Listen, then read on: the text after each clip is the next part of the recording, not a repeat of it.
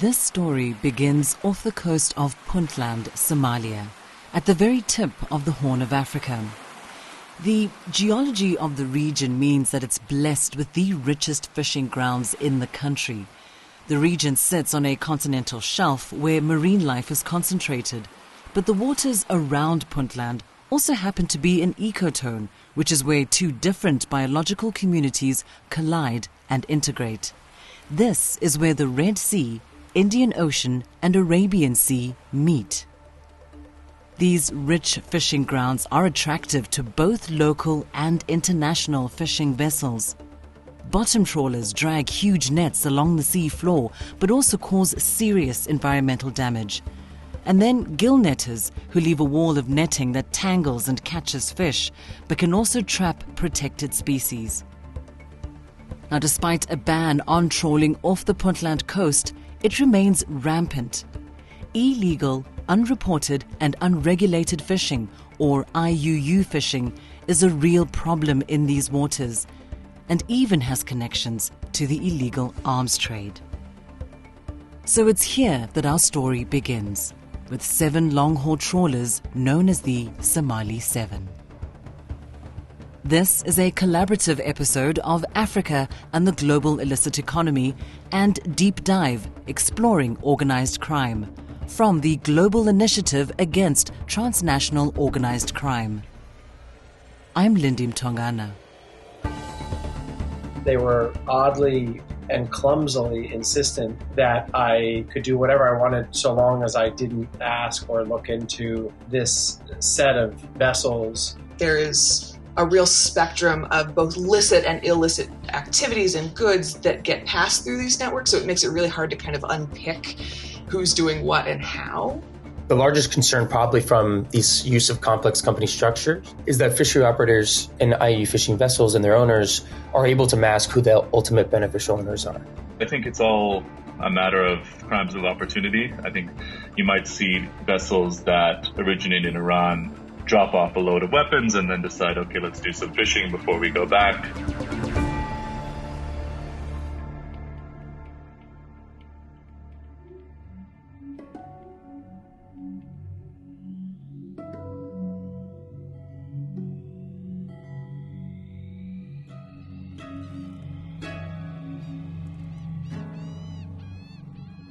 Chotpatana 51, Chotpatana 55, Chot Chai Navi 35, Chai Chanachoke 8, Chai Navi 54, Chai Navi 55, and Superm Navi 21, dubbed the Somali 7.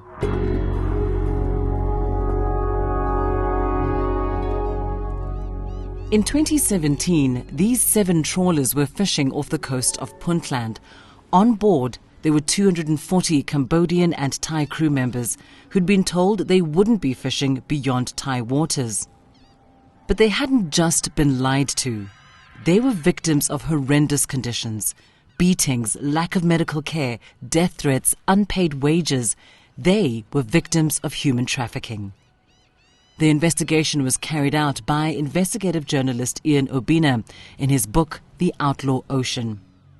Within several days of being within Puntland, we fell afoul of the local authorities, largely because they were oddly and clumsily insistent that I could do whatever I wanted so long as I didn't ask or look into this set of vessels, Thai-owned fishing vessels, trawlers, that were in Puntland at the time. And it's a sort of perilous thing to say to an investigative reporter, don't look here, is going to get a spotlight shown there. So indeed, I became very interested in why they were so nervous about me looking into those vessels, which ultimately came to be known as the Somali 7.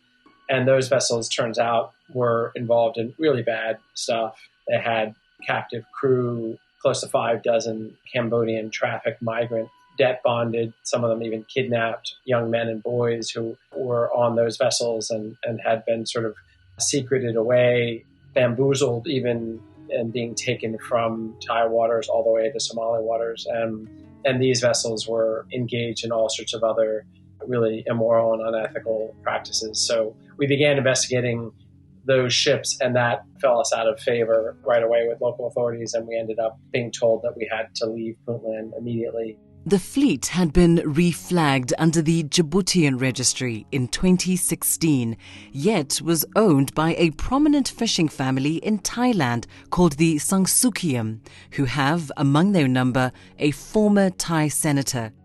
Companies affiliated with this family have long been implicated in IUU fishing practices, as well as labor and human rights abuses.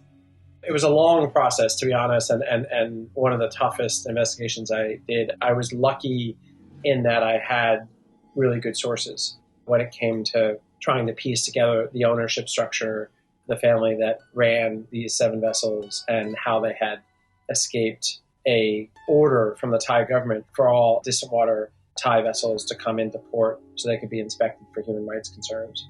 And it also put me in touch with key advocates in Thailand and Cambodia. Most of the crew were Cambodians, who then helped me get in touch with these guys' families. And that's really when I was able to begin tapping into the guys themselves who were on the ships, because 4 of them had paid off Somali guards to get them SIM cards and were actually in communication with their families and were sending pictures and testimonies back to Cambodia by cell phone as to what was happening to them. And once I tapped into that pipeline of information, I was able to really fill in the picture of what was going on those ships. Those hellish conditions and abuses on the Somali 7, according to Ian's research, took place with the knowledge and complicity of both the Somali federal government and Puntland administration officials. And it was Ian's reporting that had a hand in bringing that abuse to an end. Some of those on board were able to return to shore in Puntland and were slowly repatriated to Cambodia and Thailand. At the same time, Thai authorities opened an investigation into the owners of these Somali 7 vessels over IUU practices and the use of trafficked labor. But that isn't the end of the Somali 7. It was just the beginning.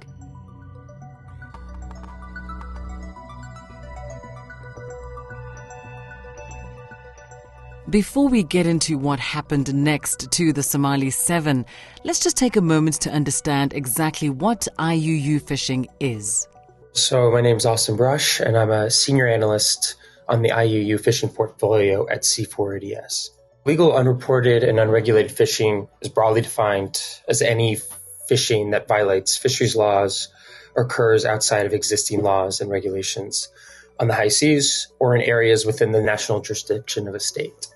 So more specifically, that's broken down into 3 different categories. So first, we have illegal fishing, which includes the fishing activities of a national or foreign vessel in the waters of a state or on the high seas that are in direct violation of any laws and regulations of the authoritative body in that area.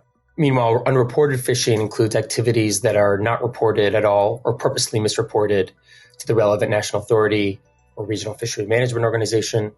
So in that case, we can see sometimes unreported catches or landings entering the market, for example. And then finally, unregulated fishing includes fishing activities in areas or for fish stocks where there are no applicable conservation or management measures in place, therefore occurring kind of outside of a regulatory framework that's specifically designed to manage either that region or area of the high seas or the species that's being caught within a specific region.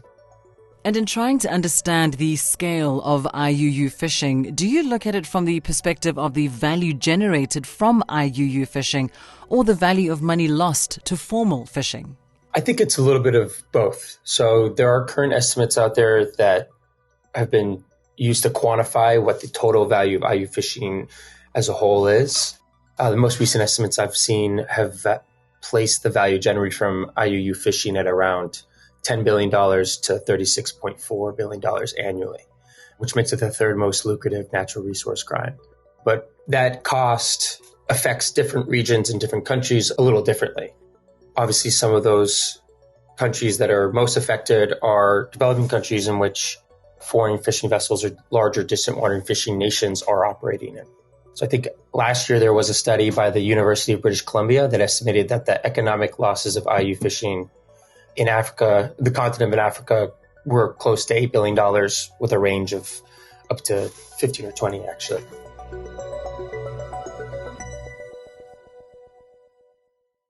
Okay, so we now know what IUU fishing is and how much money there is in this illicit market. But what about the country of Somalia? Somalia has a really troubled history: famine, civil war, Islamist insurgency, piracy, and a fractured political landscape. Here's Dr. Catherine Petrich, a visiting assistant professor at the Middlebury Institute of International Studies in Monterey, California. Somalia as a country, has dealt with just this heartbreaking level of insecurity for generations. And in part, it's because the international community is really dedicated to this idea of the Westphalian state, right? That we have the centralized government with stable borders and a stable population. And it's a structure that got imposed on Somalia without the associated institutional support, right? So you got the worst version of the Westphalian state. You got power without accountability. You got throwing over of the social contracts. You have erosion of traditional structures that were maintaining some, degree of stability, and a lot of vulnerability to external intervention.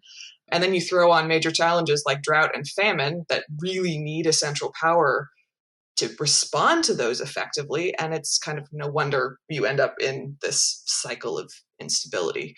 So I completely understand how we ended up with this constellation of competing state powers in Somalia and their competition with each other and sort of those dynamics. But it creates a lot of opportunities for spaces in between them for illicit and problematic actors and corruption, alternative governance groups to emerge, right, and contest for that state power. With this fractured political system of competing state power, how do people gain the right to fish in Somali waters? Why is the region susceptible to IUU fishing?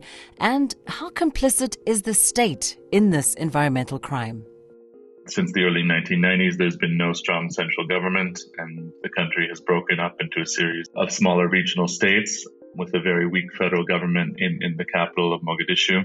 This is Jay Bahadur, a researcher at the Global Initiative Against Transnational Organized Crime and the author of the paper Fishy Business, Illegal Fishing in Somalia and the Capture of State Institutions. One thing is the lack of government capability. There's no navy. The Coast Guard is extremely limited. Vessel monitoring systems, the ability to track maritime activity is extremely limited. Coastal radar systems are very limited. And then you have competing jurisdictions whereby, for example, regional administrations may grant licenses and permissions to fishing vessels, which the federal government won't recognize, and vice versa. So you have a patchwork legal framework and no agreement really on what constitutes legal or illegal fishing. Well, there are two main protagonists in this story linked to the state. First, we have the federal government of Somalia. Now, there's the breakaway region of Somaliland and then 5 semi-autonomous federal member states. Our focus will be the state of Puntland. The extractive industries like oil and gas or fisheries are important parts of the economy, but the federal government and the member states repeatedly enter into separate and often conflicting contractual agreements with foreign entities. These overlapping jurisdictions create predictable tensions and make doing business challenging. Basically, there are some rules around sharing revenue from license sales and so on, but most importantly for this story, federal member states are not permitted to issue licenses to any non-Somali vessel or company. That is the exclusive right of the federal government.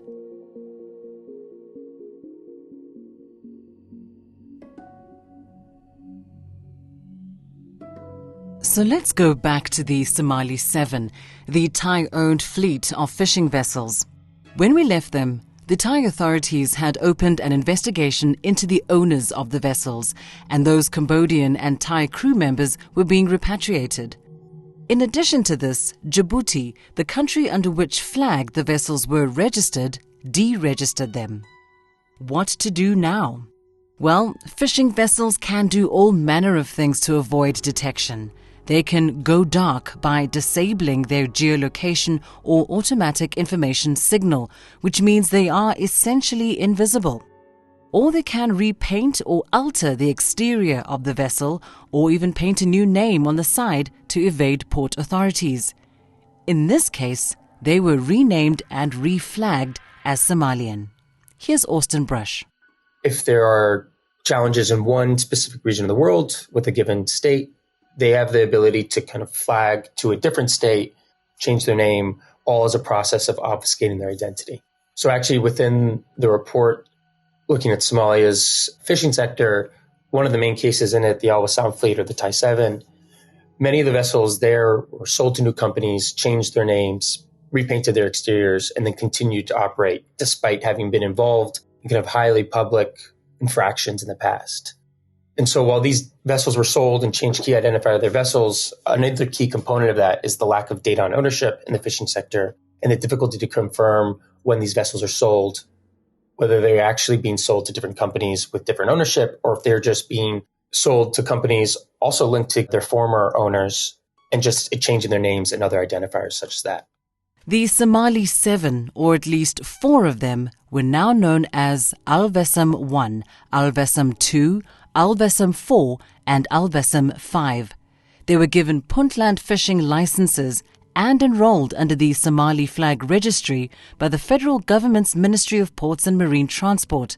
Essentially, a number of vessels under investigation were given legal cover and legitimacy by the Somali state. Now, stay with me. The operations of the Al Wassam fleet were transferred to a local front company, Al Wassam Fishing and Cold Storage Company.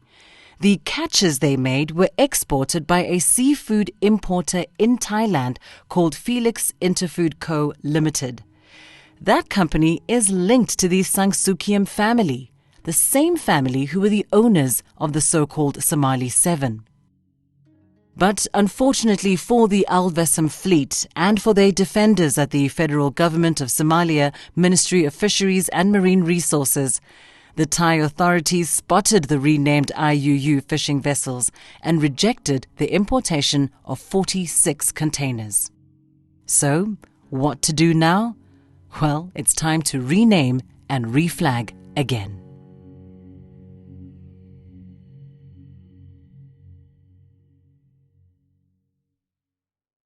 How do these international companies from places like Iran, Yemen, Thailand, and China manage to obtain licenses?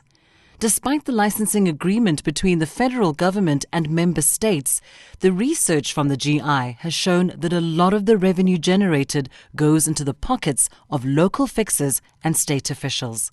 Here's Urbina.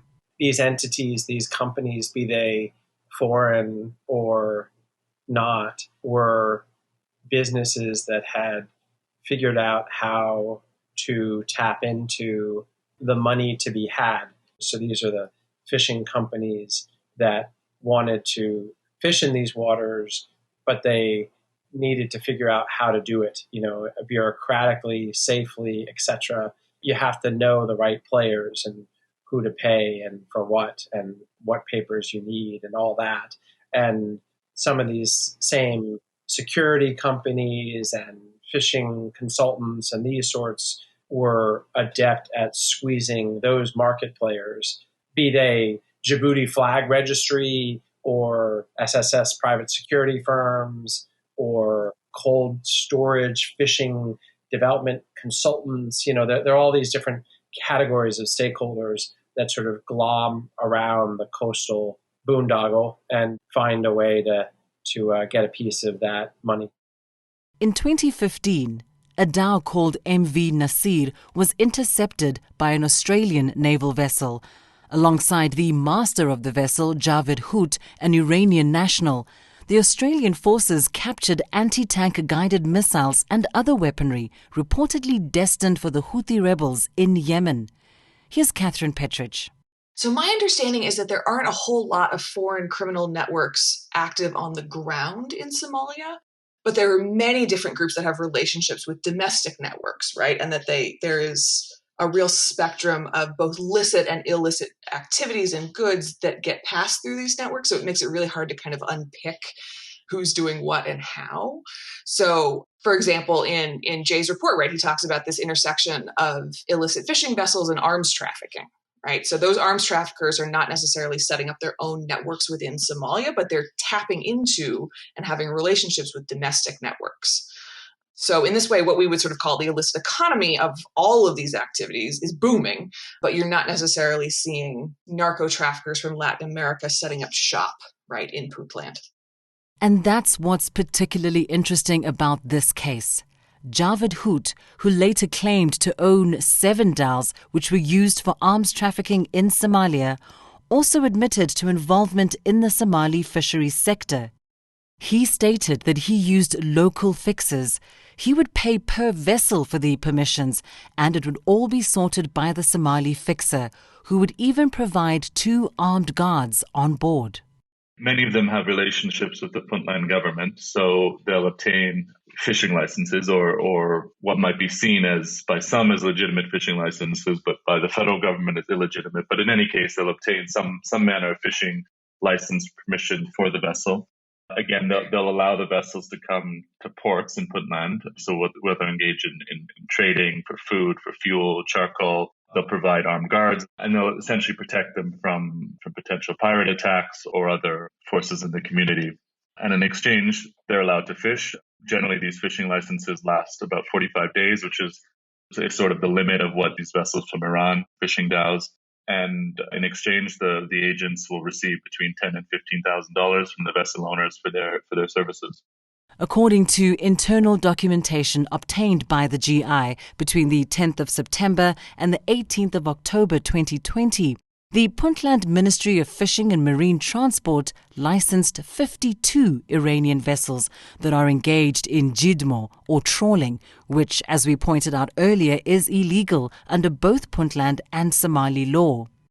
The names of these agents were also listed and comprised of just 5 individuals, receiving between $10,000 to $15,000 per vessel, which means the illicit money generated from this licensing scheme could run into the millions of dollars.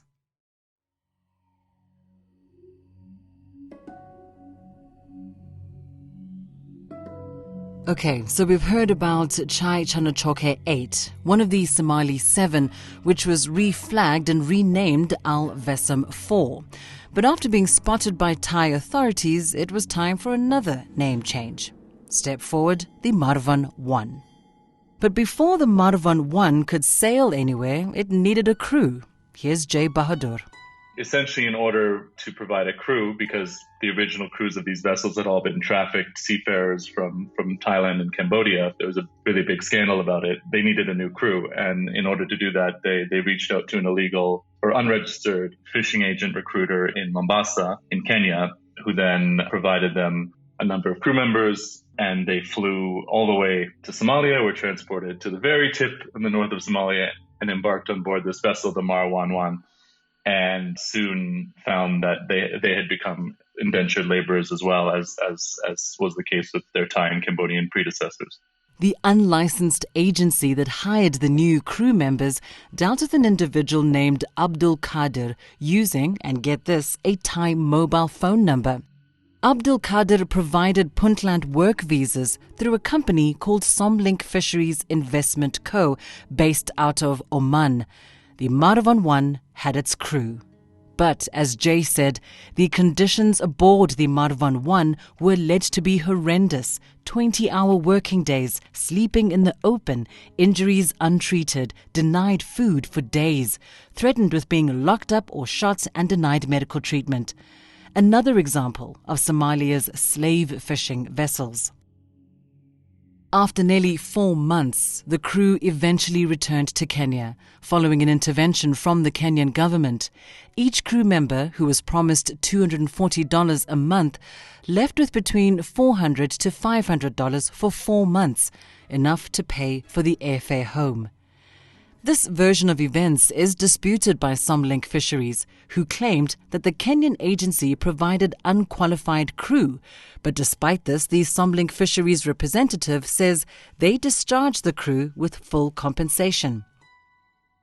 Considering the history of ownership of these vessels, it's interesting that Abdul Kadir, the director of Somlink Fisheries, was using a Thai mobile phone number to get a crew from an unlicensed agency.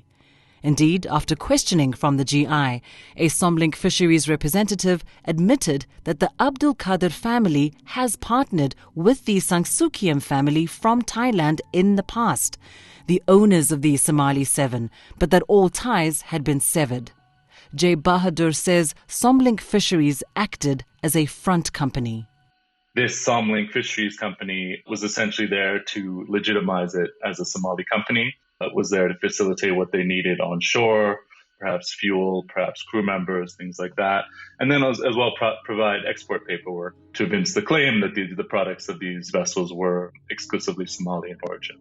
And the connections don't stop there. Remember the Alvesam Fishing and Cold Storage Company? The front company which took over the fishing operations of the Somali 7 renamed the vessels and became known as the Alvesam Fleet. Well, that fleet is operated by a family out of Bosaso, Somalia. They own another company, Somlink Fisheries.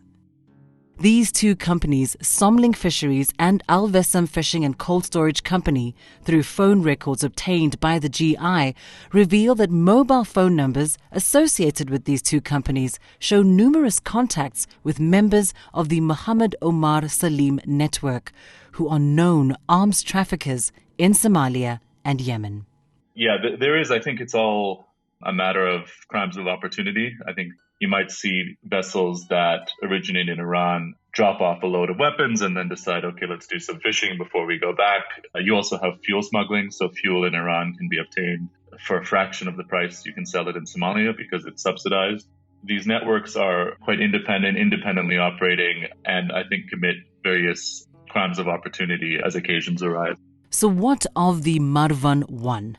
Well, just a few months after the Kenyan crew members returned home, the vessel was publicly listed as an IUU fishing vessel by the Indian Ocean Tuna Commission, or IOTC, an act which Somlink Fisheries claim was illegal and forced this vessel to end fishing operations. Saying that, the Marwan 1 was spotted fishing in Puntland waters towards the end of 2020. We've followed the journey of the Somali 7 and the Alvesam fleet. Ultimately, they were disrupted not by the Somalian authorities but the Thai. They questioned the legitimacy of the Somali export documentation. But learning from this experience were the architects of another IUU fishing scheme, who went to the very top of the Federal Fisheries Ministry itself to ensure their export documentation looked legit. Next, we're going to look at the Northeast Fishing Company, NEFCO.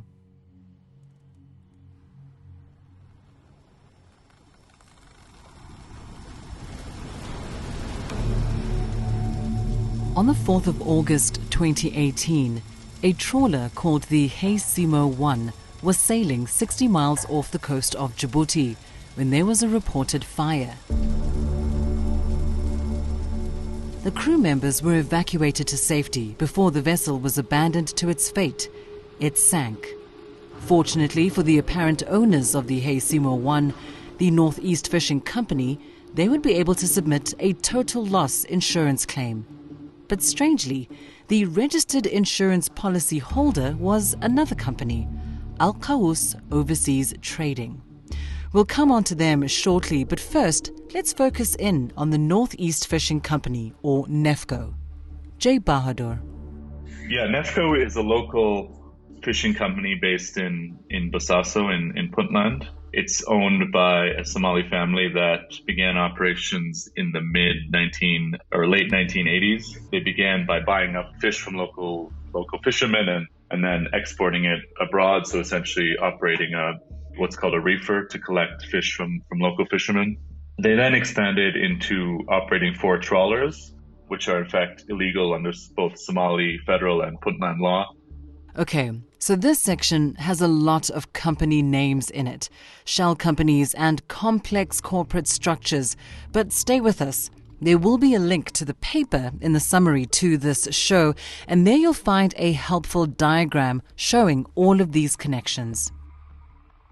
NEFCO was founded by a man called Isse Haji Farah, otherwise known as Captain Isse. He's the director of UAE-based Al Jubail Trading Company, who are the parent company of NEFCO. Captain Isse's younger brother is called Sire Haji Farah. Thought to be a founding member partner of NEFCO, he is also a prominent Puntland politician, once holding senior positions like Minister of Finance and Minister of Planning and International Relations. In addition to this, NEFCO have significant connections with senior members of the federal government. So we have elaborate corporate structures and shell companies, connections with senior government officials. But what has this got to do with IUU fishing? So one thing NEFCO was able to do is through a former member of the company who's now a federal minister in Mogadishu, they were able to find individuals within the fisheries ministry to essentially issue fraudulent documentation. So documentation detailing the catches, certifying them as a product of Somalia, and certifying that they had undergone health inspections, even though these vessels or their catches were never, within thousands of miles of any regulatory authorities in Mogadishu. And essentially, we were able to establish this through leaked documentation from a source within, well, I'll just say with knowledge of the situation, who was able to provide some of the documentation and also some correspondence between key players that outlined exactly what was going on. NEFCO has an uncanny ability to operate either outside or just on the fringes of the law. Through its political connections, they are able to consistently obtain fishing licenses, flag registrations, and those valuable export documentations through official channels. In 2014, the incoming president of Puntland, Abdiweli Muhammad Ali Gas, vowed to fight IUU fishing by foreign vessels. In March that same year, the Puntland Minister of Fisheries revoked all existing fishing licenses without exception and a 3-month moratorium on new ones. Good news. But somehow, NEFCO was able to secure permissions for 4 trawlers flagged under the Republic of Korea, the Ixthus 7, 8 and 9 and Beak Tang 37.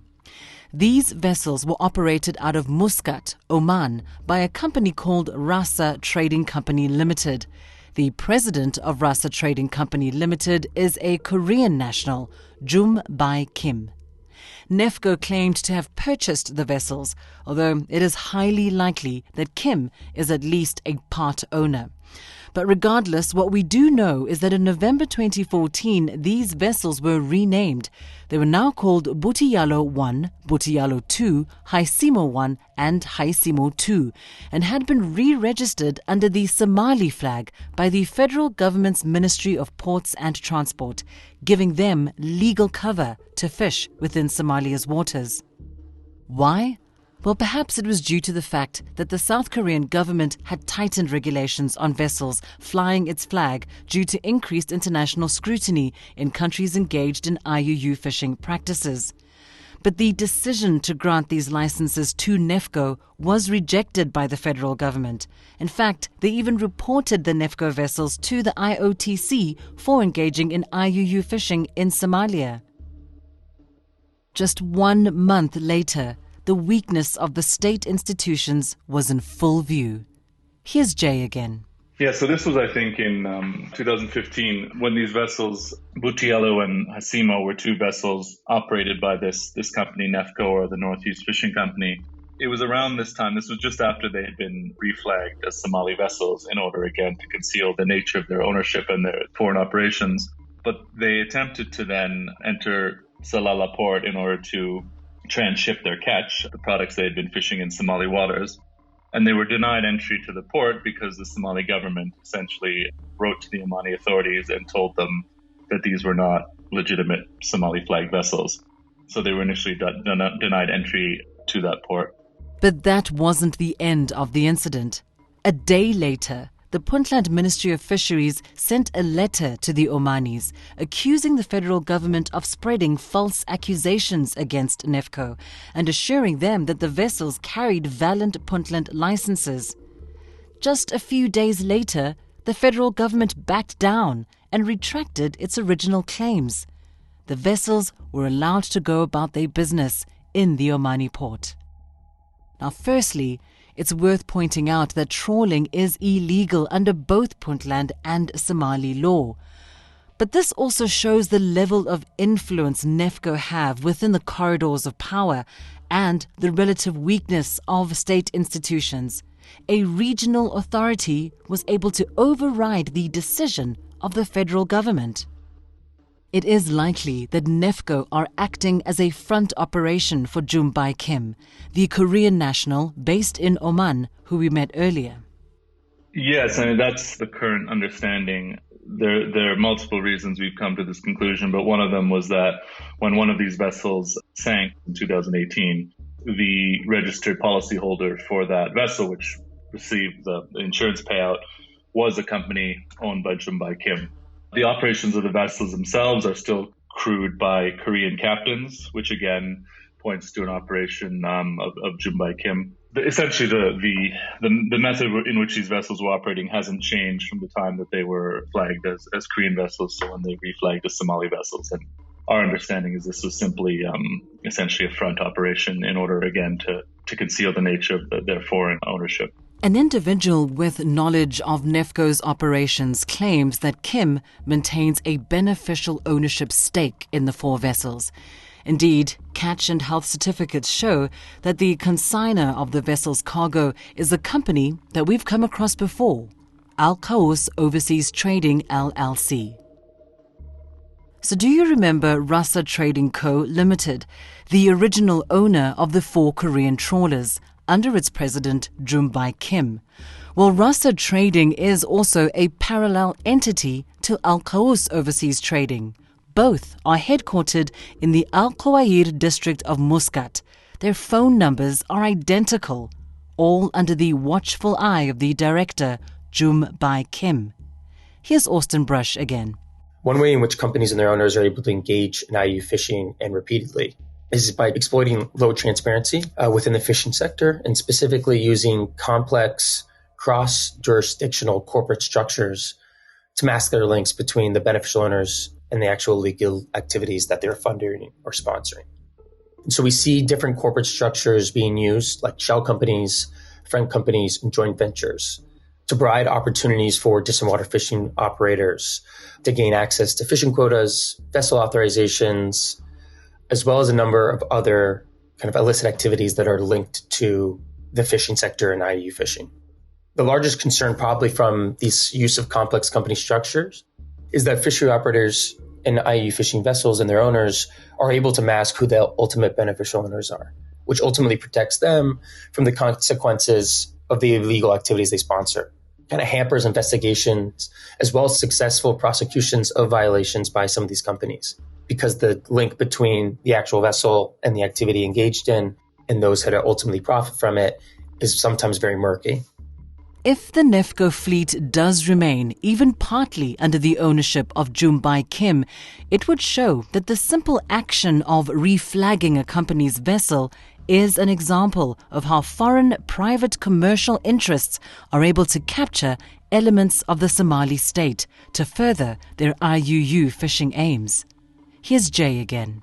The idea of foreign fishing is quite emotive. I mean, there's this feeling that foreigners are there to steal Somali resources, and fishing itself is a very sensitive subject. So often that these foreign operations will either obtain Somali flags, obtain Somali partners, go through Somali agents, anything they can really do to appear to be Somali operations. There's also security reasons for this, of course, because Somalia was until fairly recently was also a hotspot for piracy. So entering into relationships with local Somali agents is also sometimes necessary for security, especially when you're coming close to shore and you need protection, either the sort of overall protection by association that they can offer, or in some cases, these Somali agents will even arrange for armed guards aboard your vessel to protect from pirates or other security threats. to obtain paperwork as well. So this paper discusses how this company mentioned, Nefco, was essentially using the Somali Ministry of Fisheries as a way to obtain the paperwork it needed to export its products as Somali products. So there's really a lot of reasons why foreign operations would want to appear to be Somali, or at least have very close relationships with Somali partners. Jay mentions some important points, two of which we will touch on now: state complicity and corruption, and also the act that has been synonymous with Somalia: piracy.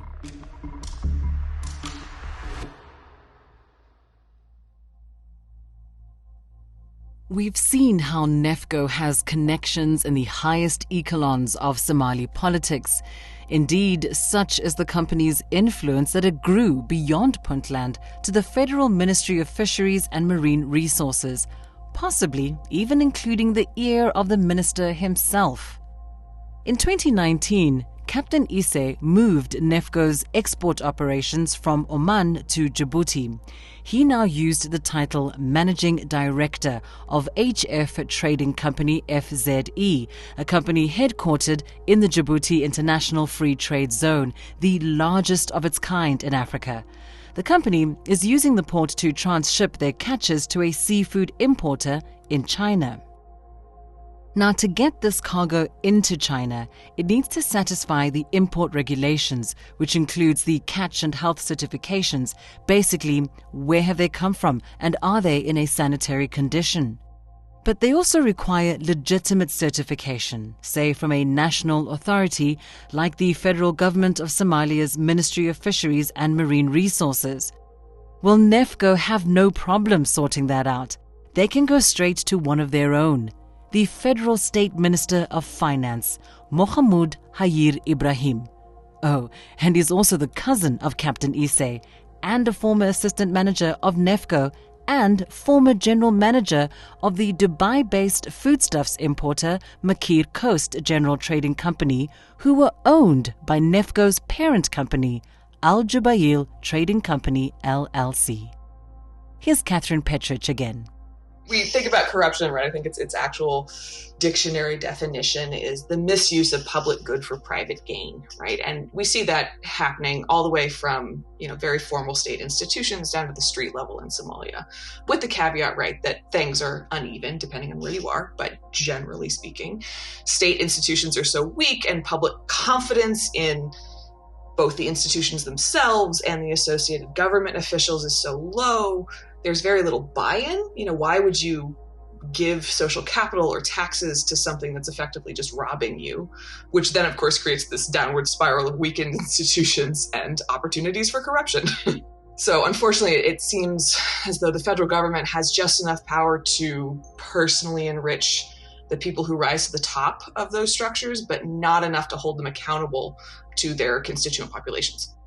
According to leaked documentation seen by the GI, Nefco representatives, including Captain Isse, would send unsigned catch and health certificates to Ibrahim, who would in turn send them on to the Ministry of Fisheries and Marine Resources, including to Minister Abdullahi Bidan Warsame.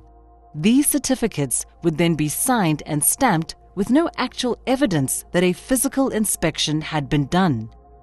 Given that the vessels are in the Djibouti Free Port, it's highly unlikely. Alongside this, the federal government continued to support the fishing licenses awarded to Nefco trawlers by the Puntland administration, despite, as we have mentioned before, that it is illegal under Somali and Puntland law. Here's Urbina again. It's such a complicated scene. There is, on the one hand, as I read the history and have reported there, this truth that at some point bleeds into fiction. And that one truth is that indeed the foreign pillaging of Somali waters played quite especially at the outset, a big role in driving local resentment from coastal communities toward the extraction of their national resource. And that fed into an almost populist tax in the form of piracy.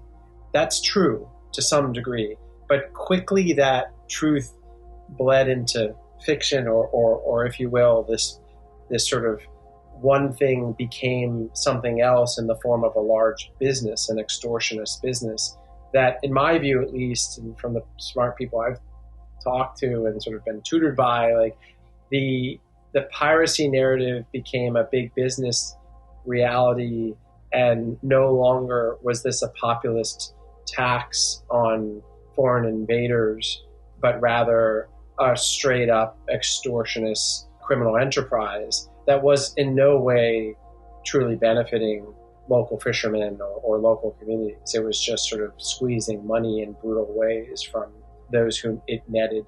I did sense, nonetheless, whatever the facts may be, that there was a rhetoric, again, partially true, partially based on reality, and partially not, on the popular level, on the ground in Puntland, about the scandal that is, truthfully, the presence of foreign ships taking unsustainable amounts of fish out of their waters. What often didn't get said, though, in that local rhetoric is the huge role that Puntland and federal Somalia officials played in the very corruption of that pillaging, and just the sort of complicity, deep complicity by local players in Somalia in the whole racket that was to the disadvantage of average Somali citizens.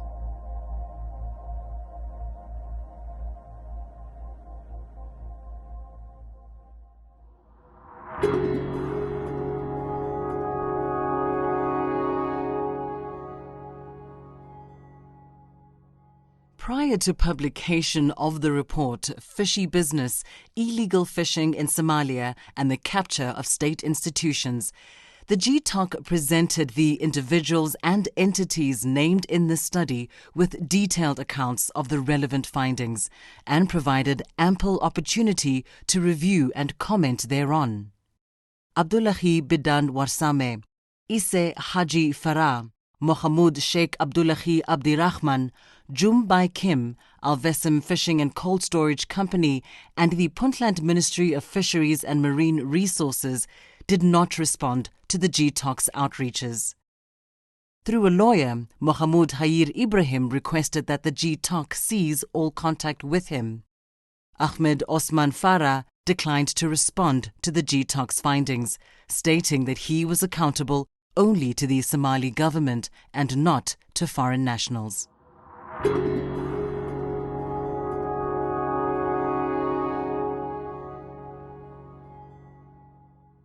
What can be done to combat IUU fishing in Somalian waters?